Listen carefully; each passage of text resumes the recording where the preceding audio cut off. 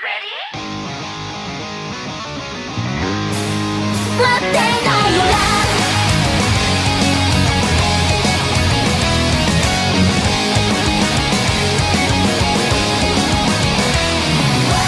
what's going on, everybody? Welcome to episode 11 of Holy Heck, I Really Like Love Live. I'm Tyler. And I'm Luke. And this is our podcast where we take a look at every single Love Live song from the beginning until now, analyze them, give some opinions, you know, the whole deal. So we got something real special for you today. Right now, you see 3 songs that we're going to do, but that is not all the songs that we're going to do. We have a special surprise planned for you at the end, and we hope you like these songs because they are some of our favorites. We got some goofy songs this week, including the surprise ones, so I'm pretty excited. So we're gonna do this kind of like weird double question thing here. We got one question from our podcast, which was which girl do you want to have another solo? And we're gonna do one from the bonus episode. I actually uploaded this today on the day of recording. So that question was, what song do you have to be in the mood to listen to? Shout out to Dextroy Fuller. So Luke, why don't you take us to the another solo question? Yeah, so we had my boy Roku. It's Roku a bunch. So we had this guy. He was, and in his comment, he was talking about how he thinks Ellie should have had another solo. She only has one solo song, which I think is pretty well documented. I think we even mentioned that. It kind of sucks. But he wanted, Ellie to sing a different kind of cool. He wanted the harder rock song. Maybe more like Umi. Not that slower style. He talks about his Umi bias. Probably wanted another one of those. I think we could all appreciate having another Umi solo. Please. And he wants another Nozomi solo. Moshimo didn't appeal to him, and Nozomi's vocals are just lacking something, which is the only part that I disagree with. I think Nozomi's vocals are perfection, and Mankind will never get better than that. But yeah, I'd agree with that. Those are 3 super solid options. I'm always down for more Umi solos. Another Ellie solo would have been great, kind of a harder rock one. And I'll take another Nozomi solo, man. I won't say no to that. I get what you're saying about Nozomi. Even if if there's no other way to go about this than if it's just not your thing, then I don't expect anybody to like it. You just like certain things and you don't like other things. And if Nozomi's voice just isn't your thing, then you're never gonna like it, and that's totally okay because you got a whole bunch of other choices. You feel? Yeah. Nozomi's like pickles. Okay. Now, personally, I don't like pickles, but pickles are pretty polarizing. You either like pickles or you don't like pickles. I will steal your pickle off a burger. I'm the type of person to ask if you want a pickle. If you're gonna eat that. Yeah. Some people just really like pickles, and it's just part of the culture to enjoy other people's. I'm going deep on this reference, but. Pickles are polarizing. Nozomi is polarizing. So anyway, holy heck, I really like pickles. I don't even like pickles, but you get me. Go on. We got another comment coming in from. So on the second question, we have the whole bonus episode today. If you didn't see that, was talking about songs that. Are fine by themselves, but you kind of have to be in a certain mood to listen to them. And one of the ones I said was Bokutachi, being the last movie song, because it's fantastic, but at the same time, if I listen to it when I'm not prepared or I'm not ready to be emotional, it's devastating. So we got a comment from ROIC03, or maybe Rice. That's pretty cool. That says, Bokutachi wa Hitotsu no Hikari is definitely emotional, and I would still get teary-eyed while listening to it. However, I would still listen to it whenever it came on my playlist, whether I'm walking or driving. In a sense, I make it a rule to myself that if a song does move me to tears, I do not consider it not manly, but rather I'm merely being human. And that line right there is why I picked this comment in particular, because I couldn't agree more. I think everybody should be in touch with their own emotions, and hey, if a song moves you to tears, that's good for you, and that's good for a song that such a song can even exist. You know what I mean? That's fantastic, and I totally agree. And I do listen to Bokutachi all the time, but I can't sing it. I can't do it. Yeah. I try, I fail every time. Yeah, on that I'm a little baby, dude. Tyler can tell you the first 4 times I watched Kimi no Na wa I cried. I'm over it now. But like I'm a little baby. Whenever I watch, like, there's plenty of anime that make me cry. There's plenty of things that just like make me cry. I'm a little emotional hot mess. Oh, me and too. Man, this me song too. just like gets me, and I'm like, I don't want to start being sad in the middle of work. Like, come on, man. So, with that aside, do you want to hop into some news? What news we got? New scans. They're pretty okay. You can go find No, them. they are very nice. They are Put them pretty on the nice. screen. They're pretty cute. We got some Kanon. Rico Kanon is now canon. Rico Kanon is now Kanon. Oh, I get it. Yeah, I'm not happy, but I get it. That's pretty funny. Anyway, That's what I'm trying to say. So, something very important for news. We're going to be hosting our very first live Q&A session, and if this goes well, this could be like a recurring thing, and I'm pretty excited about this. So, you're seeing this video on Friday, maybe, and yesterday, I uploaded a video where it just says Q&A. So drop your questions down there, and then we will answer them live on Saturday, September 9th. And if you pop in for our live stream, we will take any questions there too. So link to that video in the description, and you can go ask us questions there, and then see them answered in about 2 weeks, like a week and a half. We'll have some. We'll have a post on our Facebook and on our Twitter about it also. So on our Twitter that we don't have. That I was about to make. I was hoping you were going along with it. On our Twitter that Luke is going to make tonight. How exciting is this? So go ahead and check those out also. And if you want to leave questions there, you can leave them there. If you want to leave them on Facebook, you can leave them there. So let's hop in to our first song. Are you ready to hop into that? Can you hit us with the name, because I closed the tab and I don't remember this offhand? Junai Lens. Junai Lens first? No, it wasn't first, but that's what we're going with first now, because I can't pronounce the name off the top of my head. Okay. And I don't have it open either. Junai Lens is first. Junai Lens is first now. All right.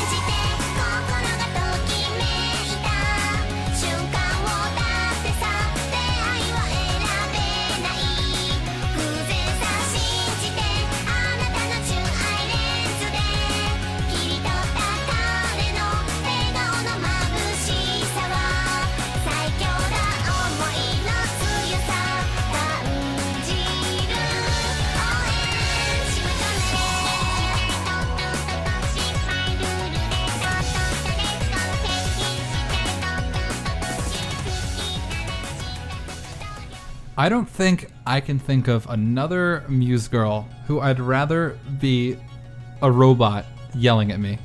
Honestly.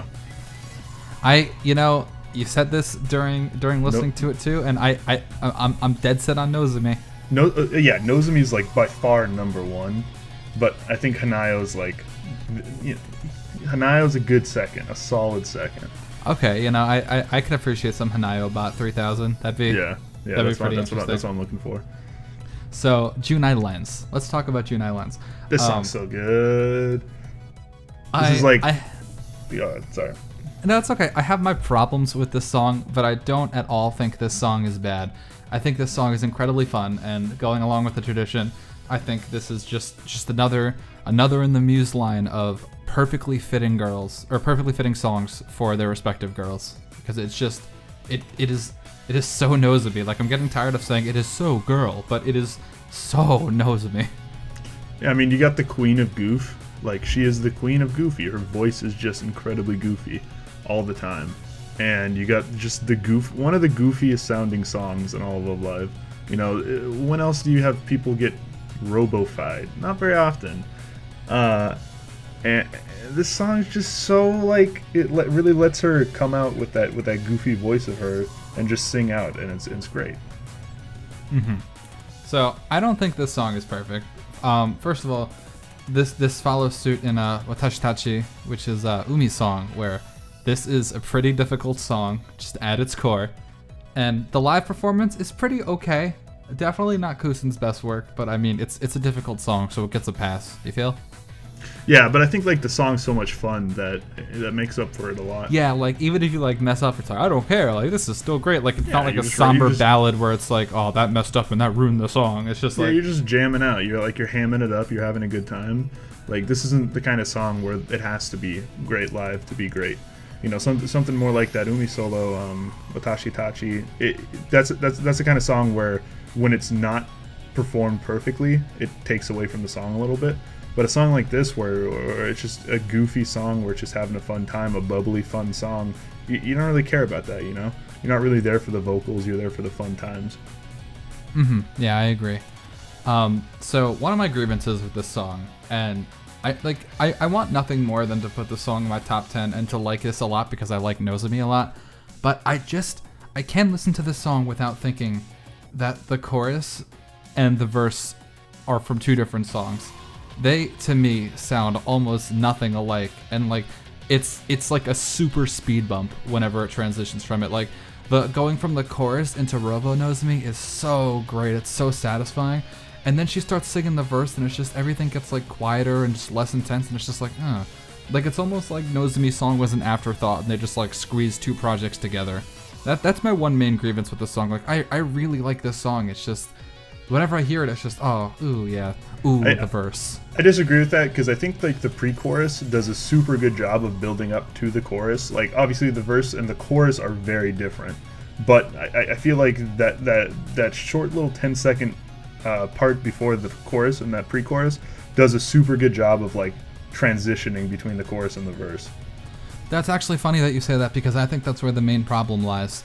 I just think it's just such a jump from the pre-chorus to the chorus. It's just out of nowhere it gets faster for 2 seconds and then the chorus happens, and like if you like it, then you like it. That's fine. It's just so strange for me. I can't really put my finger on why I think it's so strange, but that's fine. The backing does like a super good job of like having near the end of the pre-chorus, like having this kind of rise in action in the last like 5 or 6 seconds of the pre-chorus.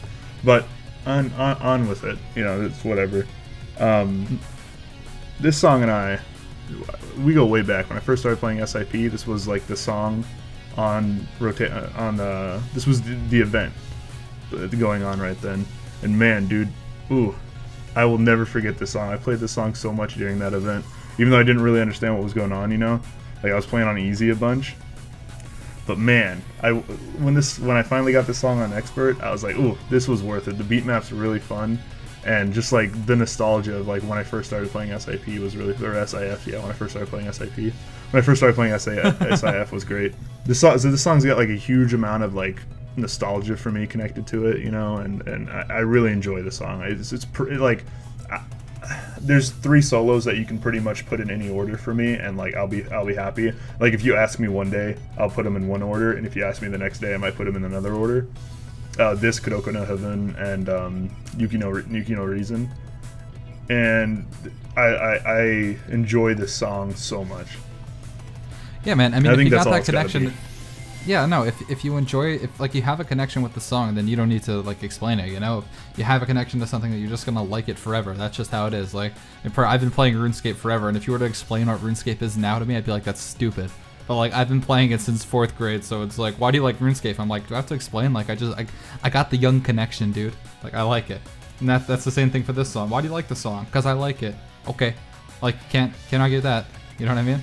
Yeah, but like I think it goes beyond just like a connection to the song. I think the song is like genuinely really good, but differing opinions. So what do we got next? We got the actual song that we were gonna do first. Do either of us have our Are either of us tabbed in to read it this time? Yes, we got Mahoutsukai Hajimemashita, which is Nico's first solo song. We did it. This is the original order we were supposed to go in, but whoops. Play that song.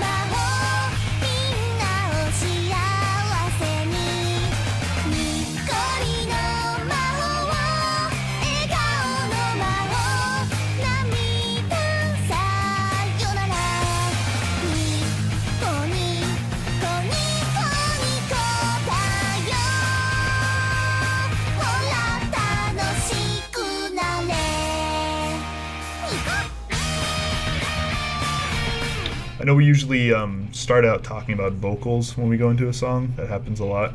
But, man, I want to talk about the backing on the song. I enjoy the backing. There's so many instruments going on in the background of the song. You got guitar, drums, you got trumpet at a lot of points. There's so much going on in the backing. It's super vibrant. It's super energetic. We say good all the time, and it is really good. But the backing is so interesting in this song. This is like a weird fusion between ska and pop punk, and I love it. I love the backing to this song, and I feel like, again, like we say it for every single one, but if there was ever a Muse character who I thought would sound good in a ska pop punk crossover, probably Nico. I guess Rain would probably be good too, but whatever. Maybe next time. No, this song is so interesting. I mean, lyrically, like we gotta talk about the lyrics real quick. Like, it's Nico and she's singing about smiling and having a good day and herself. Like, that's weird. Next. Weird. Nico's talking about having a good day and smiling. No, I love the backing in the chorus. It's so good. The dun, dun, dun, and then it's I just had it in my head when it starts like laddering down, you know? Yeah. It starts stepping down. Oh, it's so good. The backing's so interesting and fun to listen to. There's so many parts in the chorus that you can point to and say the backing is excellent at this point. This is another one of the things we said during I almost said Wonderful Rush, Natsuhiro Ega Day 1-2 Jump, was that you could close your eyes and pick a spot on the slider, and no matter where you got to in the song, it was a great part worth listening to. 100% in this song too. In any part of the song. This song's instrument. Like I know I'm stuck on the instrumental, but it's so good. That's fine. No, it's worth talking about. Go listen to the off vocal. Like this is one of the few ones where I have listened to the off vocal in the past, and it's great. So something that pop punk likes to do a lot, really popular in like early 2000s, like All American Rejects and stuff like that.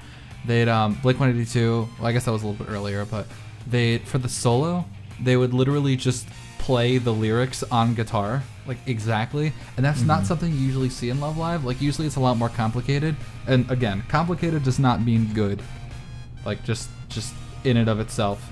And the fact that they do this just in a Love Live song, like I'm happy that this song exists, and that's all I have to say. Like this is a cool song, and its existence makes me happy. You know what I mean? Like whether or not you like this song or hate this song, like the fact that it exists is just pretty neat. Yeah, you see that a lot in pop.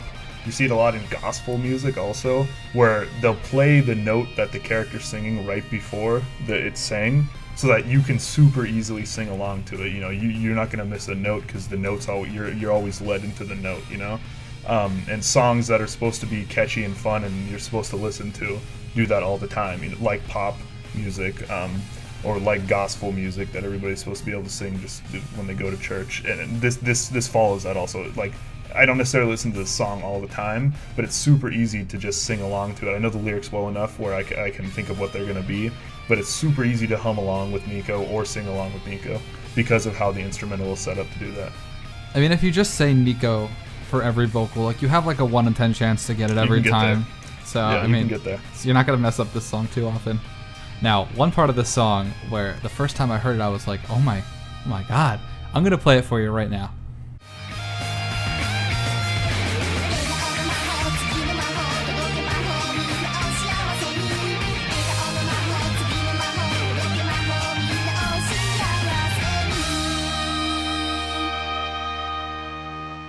I love that part of the song.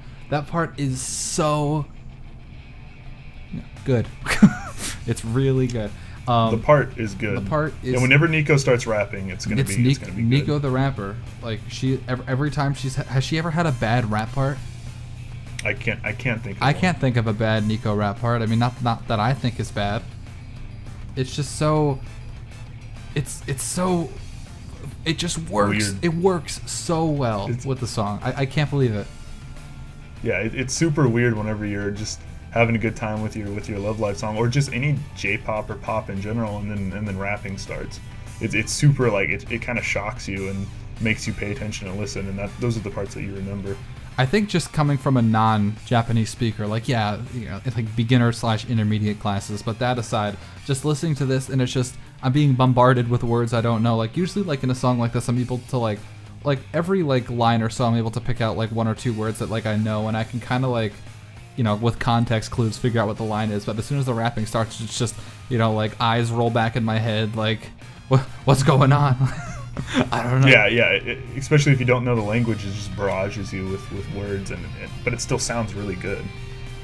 So bottom line, it's just, like, it's a appreciate this song even if you hate it type song. Would you agree? Yeah, like, I know we didn't talk much about the vocals, and Nico sounds good in it. I think it's definitely a better vocal performance than her other solo, Nico Paris. But what you can really take away from the song that's great is the off vocals. It's so good.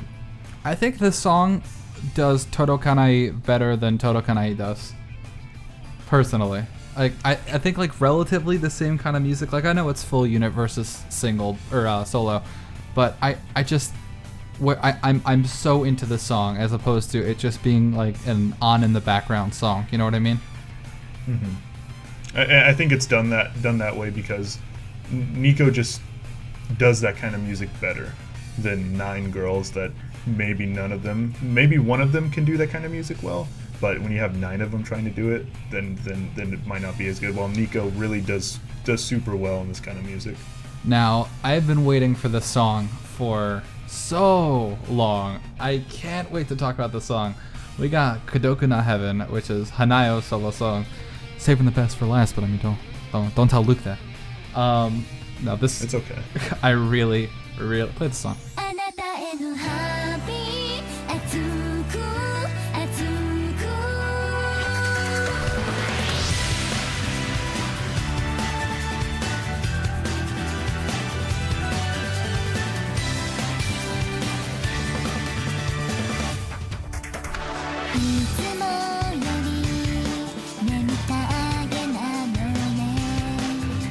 後ろからそっと肩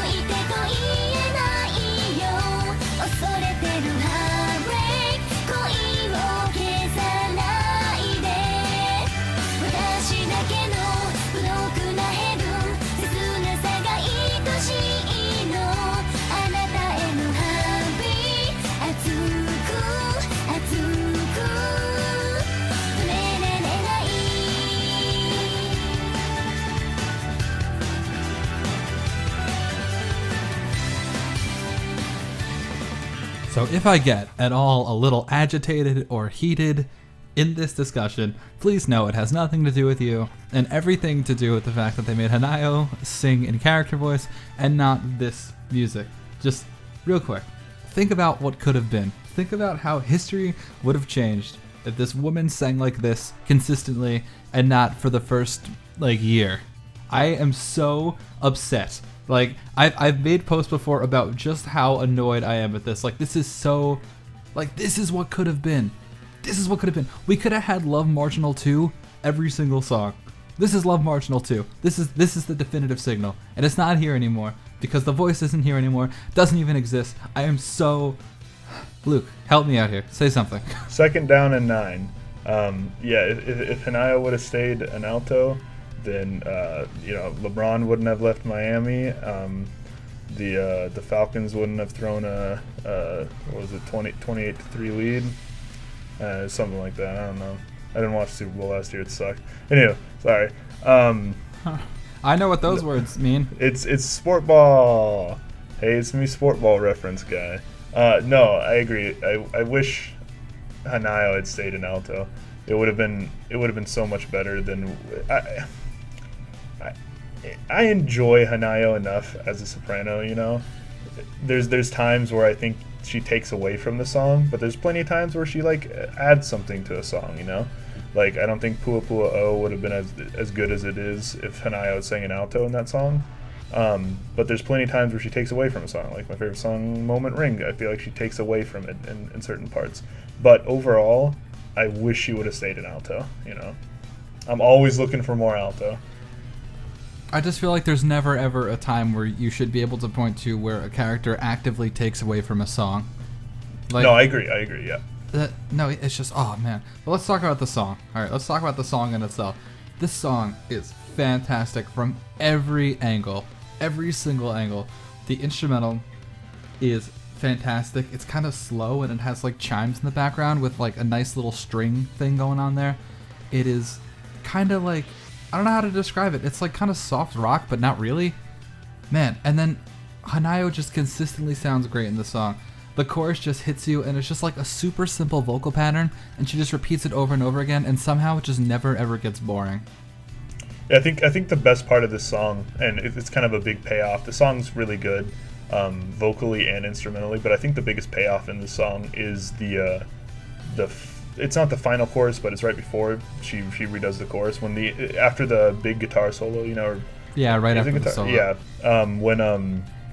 when the instrumental kind of fades out, it becomes real simple. She kind of gets robo-fied a little bit there, just a little smidge of robo-fi, and she sings a kind of a cappella solo there, and it's really really good. I'm pretty sure it's just drums, yeah. Yeah. Just the drums are there, and it sounds great. It's just. I can't ever mention this song without thinking about how every song could have been this song. Listen, I like Nawatobi more than this song. That's just more my type of music, you know. But even Nawatobi, she doesn't sing all the time. You know what I mean? I can't imagine Nawatobi being sung in alto, but at the same time, I just think in the long run, almost everything would have been better if it was sung in alto. I get the kind of groups that Prantoms is, but at the same time, it's just...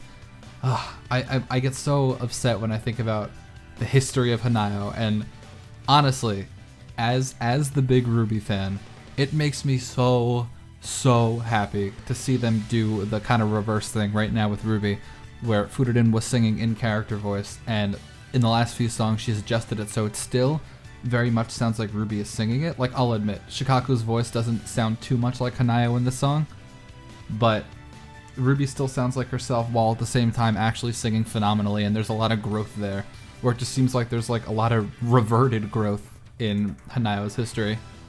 And I know this is all going to be said for the center stage episode, but this is the big example. It's you want a good Hanayo song? Well, this is it. Here's the good Hanayo song. Yeah, no, the song's fantastic. It's sat in my top 20 for the last almost year, you know. It's really enjoyable to listen to. I've listened to it a lot. And it hasn't gotten old, you know. It's like I said, it's in my top 4 favorite solos pretty easily, and it's great. I'm real excited to hear more of it. Okay, can we get some more Hanayo songs in 2017? All right, now I'm sad. Me too. One criticism of the song that I do have is I think the solo is a little weird. Not bad weird, just like strange. But it was Muse, and they did have like a fetish for like Spanish guitar, so I'll give them this one, especially at the beginning. Yeah. No, I think the solo's like pretty well done. I like we said earlier, I don't think it takes away from the song at all. I don't think it really adds much. I don't feel any better if the solo wasn't there. I might not feel any better about the song, but I don't feel like it takes away from how good it is at all. Yeah, I agree completely. It's just we can't dwell on the song forever. I wish every song was like this one, but it's a little too late for that one. So are you ready to move on? Yeah, I'm ready to get on with the surprise, boys. We got some good girls ahead. We got some good solid songs. Now this is like if there was an award for the goofiest not subunit, I think we found it. Like I think this beats out Nozo Nico. Yeah, this has to be the goofiest song lyrically ever. Like lyrically compared to like what's being played, like how it's being sang and how the instrumental set up. This has to be the weirdest song. So, let's play After School Navigators.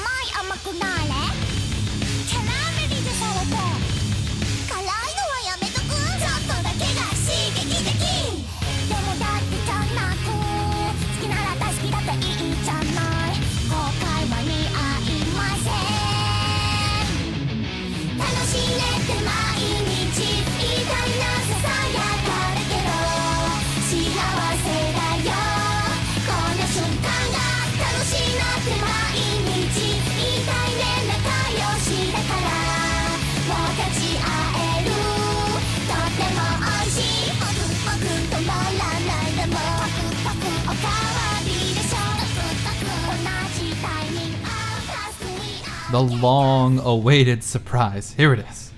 Here it is.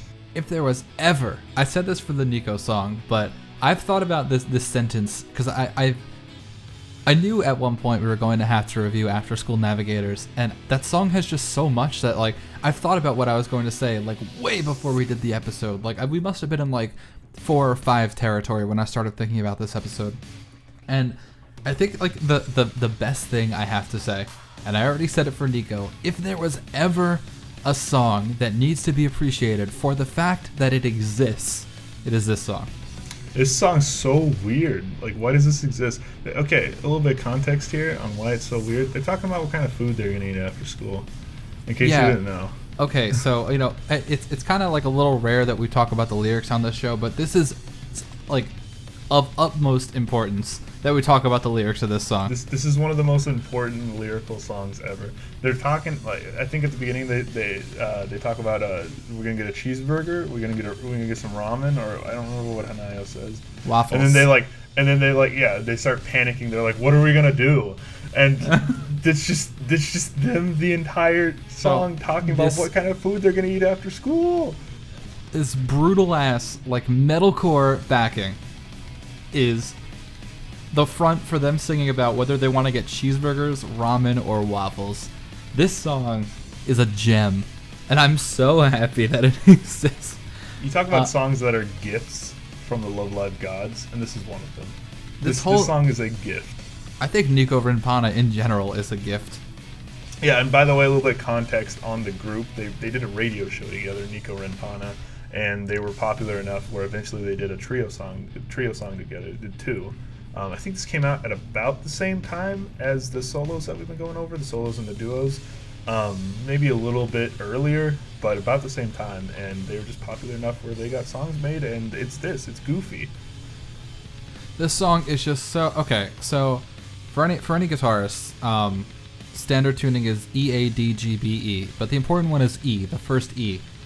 So a lot of songs, especially metal, will tune down their guitar. So basically, it makes it so your guitar can play lower notes. This song does not tune to drop D, which is like standard for like a lot of songs that are like a little bit heavier. This song tunes to drop C sharp. A Love Live song tunes to drop C sharp. Is this the most metal Love Live song out of all of them? There's like some pretty like, rocky, metal or Love Live songs. But this one pretty easily takes the cake. I don't think there's even like a close second, This is just metal. Like this isn't we've passed rock. This is metal. This is straight up metal.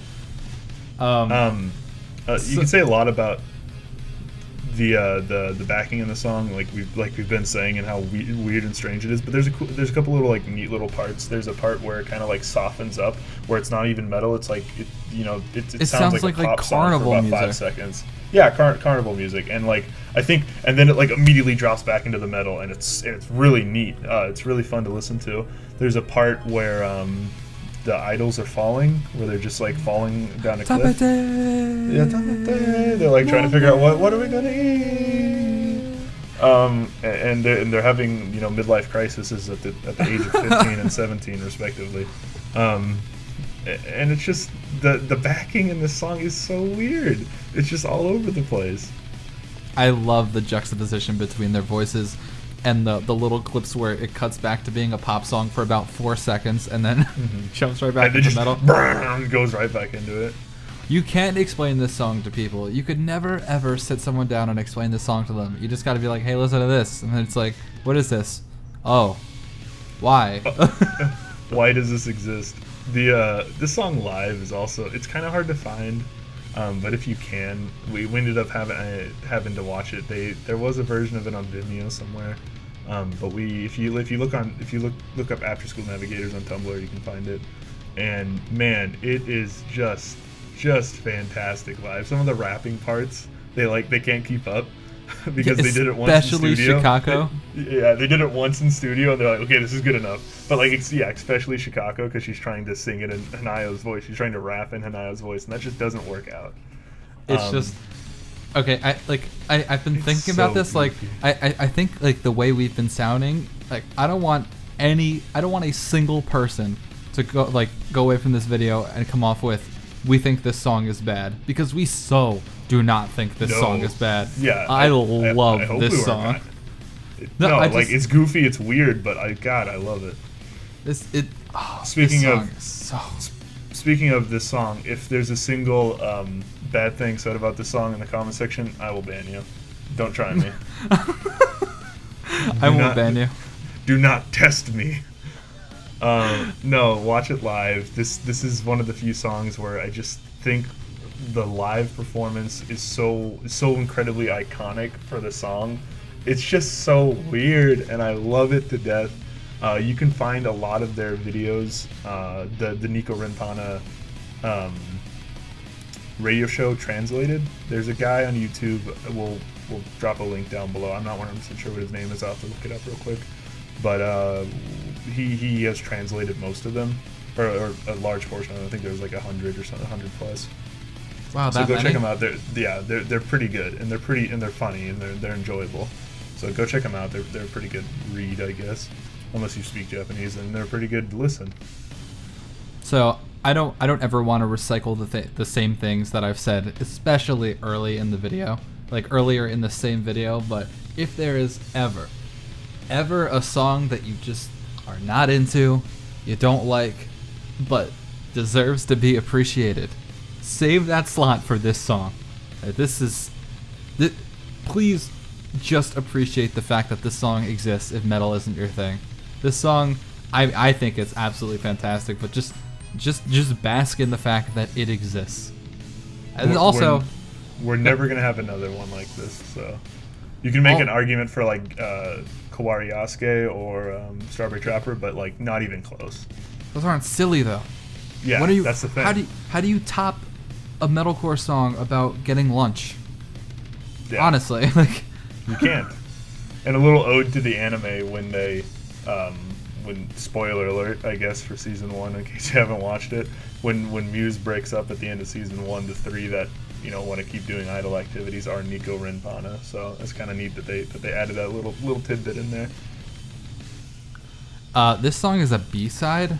This is another time when I think the B-side completely and utterly just eclipses the main song. And the main song's so good. It's just like it could have been any song. It could have been any song. And this isn't a thing where I think the B-side is actually worse than I think they're about the same level of good. But just wow, it's just how can you beat this? It's just so weird. You're no one's ever gonna talk about Listen to My Heart, even though it's really good. So speaking of Listen to My Heart, are you ready to listen to My Heart? That's deep.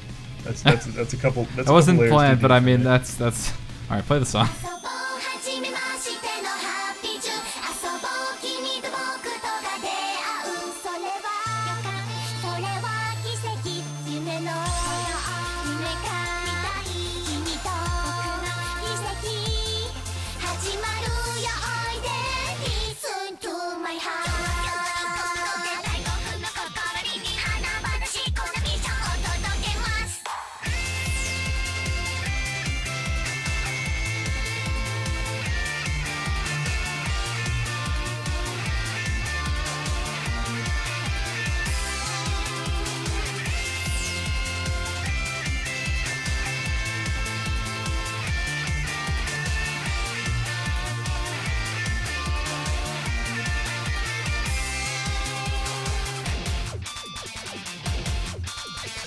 みんなは何を聞きたいお便りくださいみんなと何をしちゃおういろいろ募集中楽しいことで寂しい気持ち上書きしようね笑い飛ばす場所にしたいおしゃべりは薬かもよ今日は今日の青いお空大興奮で語れるビーチがめっちゃなんでバイバイ止まりません強き想いは口にすれば叶う願いずっとつかめるよねきっといつかは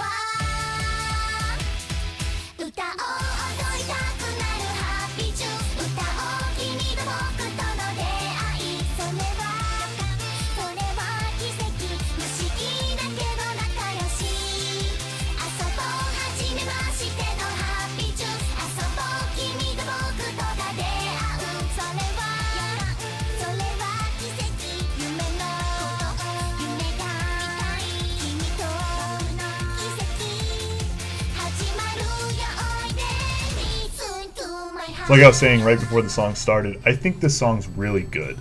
But unfortunately, whenever you do hear this song, all you can think of is, wow, I want to go listen to After School Navigators now. And I don't think it's because, for me personally, either one is just strictly better than the other one, vocally, or like in a like just saying the backing is better. But in context of what Love Live is, the other one is so much more interesting. That's why it kind of takes the cake, that's why people talk about it more and think about it more. I think the song's really good. I think it's got really interesting backing. There's this I really like the solo before the final chorus. Do you know what I'm talking about? I do, where it's kind of like sorta Where acapella. it's sliding. The guitar solo. I really like the backing in this song. The guitar solo where it's just sliding around. I don't think there's a single he doesn't sit. Whoever was playing it doesn't sit on a note for longer than like a quarter of a second. It's just sliding around everywhere, and I'm like, that's neat as hell. That's super cool. I like the dun dun dun dun dun dun dun, and it all the that happens a lot during the chorus. I think the backing is super interesting in the song and really cool. It's just super unfortunate that the song it's next to is the most strange and interesting Love Live song in the discography, arguably. Yeah, it's hey, baby, maybe Koino button syndrome, where no matter how good the song is, it's always going to be next to Snow Halation. Yeah, and I think it's like a totally different thing than that. It's comparable, but like Baby Maybe's not as good as Snow Halation, just strictly not as good. And while this is like, in my opinion, while this is like just as good, it's definitely interesting still, but it's next to the most interesting song, Yeah, you're totally right. It's like, what are you going to remember? Like the happy, bubbly J-pop song that Idols perform, or the song that's literally just brutal death metal? Mm-hmm. Yeah, I think their voices vocally work so well together in a song like this. I think like three very different voices come together. Similar, yet I don't think they're like too different. different. Yeah, I agree completely. We have like very different styles in how they sing. Nico is she slurs a lot. Very enunciated. I don't think of Nico. I think Rin is the like enunciated. Well, I meant like super Rin is like super like clean, but at the same time, Nico clean. Yeah, Nico at the same. It's just how do you describe it? It's just she's always okay. So Nico, no matter what, Soromaru is always singing like exactly like Nico. You know what I mean? It like no matter what, like it's always just going to sound like Nico, if that makes sense. Whereas Rin is a lot cleaner, and then Hanayo usually gets a lot higher, and singing in her head voice usually, which is a little bit different than these two. And yeah, she sings a lot of soprano in this song, all soprano actually. But I think the combination of those three voices just works out so well in a song like this, and I think vocally it's really good. It's one of my favorite trios. If you had a trio that had formed at any time in Love Live that wasn't a subunit, and I guess there's only been two, but if I wanted to see another trio or a duo have another song, a duo or a trio, this would be like my 100% pick. I wish we had gotten more Nico and Pana songs, because I think vocally they're a great combination and a great fit. I can't say for sure if this would be my 100% choice if I had to pick one, but this would definitely not fall out of like 2 or 3. I love Nico and Pana. Just their voices just so like work so well together, and I can almost entirely give that to the fact that After School Navigators exists.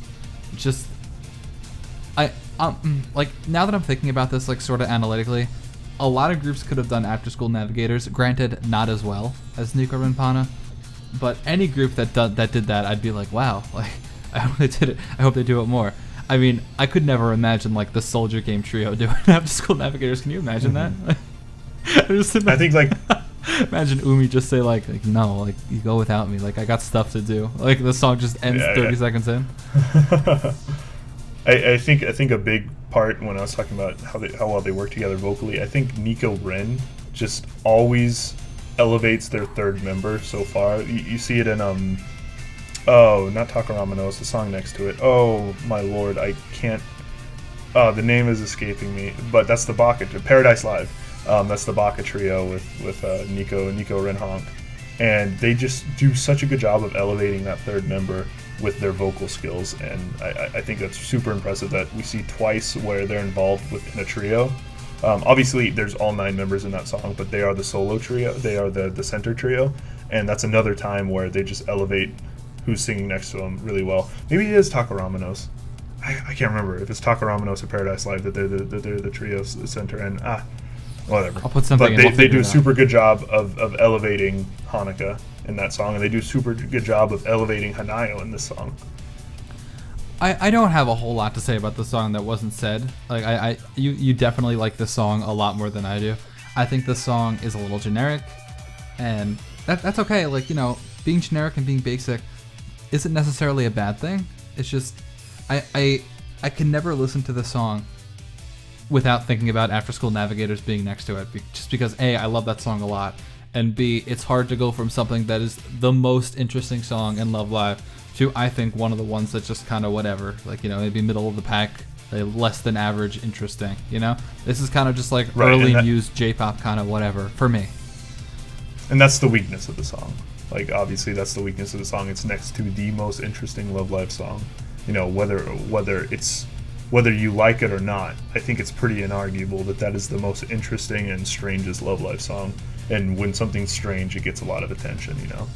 So, our question tonight, now that we've gotten through all the solos and even, you know, this trio, our question for you guys tonight is, out of all these 9, or I guess we did 9, 10, 11, 12, 13 solos, out of these 13 solos, which 2 girls would you like to see switch roles completely?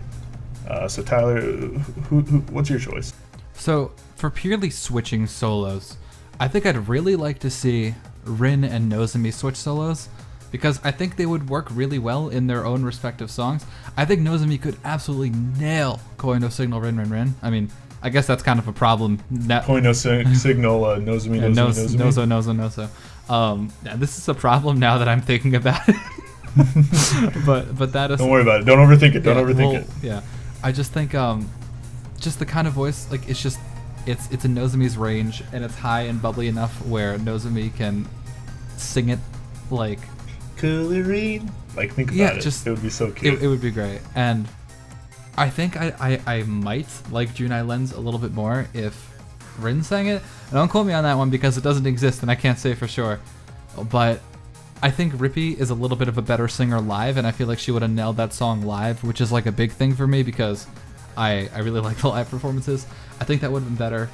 And I'd like to hear Robo Rin, if we're being honest. Like we got like the Robo trio tonight. We got like Robo Hanayo for a few seconds, Robo Zomi, and then Robo Rin, and I think that'd be really cool. What about you, Luke? When I thought about it, I didn't want to throw people into situations where they might be comfortable and work in. I wanted to throw people in situations where they completely were like taken out of their comfort zone, right? And so I was like, oh, how can I take Umi and just like throw somebody into that comfort zone that they aren't prepared for? So I was like, Umi Nozomi? I was like, that'd be kind of neat. I was like, Umi Ellie? That'd be really good. But I was like, they might be comfortable in that zone. And I was like, let's go Umi Maki. That's my choice. I think those are totally not in their comfort zone. This very poppy J-pop song, which Umi doesn't center any in all of Love Live. She does not center a pop song. I don't think. I can't think of one off the top of my head. And throwing her into that hole and just saying, you'll be fine, you'll figure it out, would be really interesting. But I think more interesting, seeing Maki in either Yuki no Reason or Watashi Tachi, I think would be really interesting. I think more Watashi Tachi, to like see if she could. The strength of the song is the vocals, and seeing if she could tighten up her vocals there would be really cool. Maki's a great singer, but she doesn't have great vocal control, and that's something that you really need in that song. And I think it would be really interesting to see how she did there. I think she'd have no problem in Watashi Tachi. Like, I know like pitch control is an issue for Maki, and then Mari eventually. But I feel like she'd find a way to just make it sound good. Like, you know those covers of songs that you like listen to on YouTube that aren't the same style, but somehow they just work the same or even better? I feel like she'd find a way, dude. Yeah, I think it'd be really interesting to hear, because I'm sure it would come out sounding good. I'm just really interested in hearing what kind of style it would come out as. So that's pretty much it for today. Big thing, again, our first live stream is going to be September 9th. So that's around 10 days from, or I guess 9 days from when this is uploaded, or maybe 8. I'm the worst. Link in the description for the video where you leave your comments, and again, anything on Facebook will be taken too. So if you and Twitter, yeah. So anything you want to see us answered, please drop a comment there. And then if you feel like showing up for the live stream, of course the VOD is going to be uploaded to our channel. Like, it's just going to stay there. And live questions are always welcome. So, I mean, if anybody shows up, we will be happy to have a conversation with you and talk about whatever you'd like. So if you want your chance to pseudo be on the show, hit us up on Saturday, September 9th at 4 p.m. Eastern Standard Time. So figure that out. So yeah, leave your comment down below for our question. Don't forget to like, comment, and subscribe. And I guess we'll see you guys next week. Follow us on Patreon. All right, have a good one, guys. Thank you so much.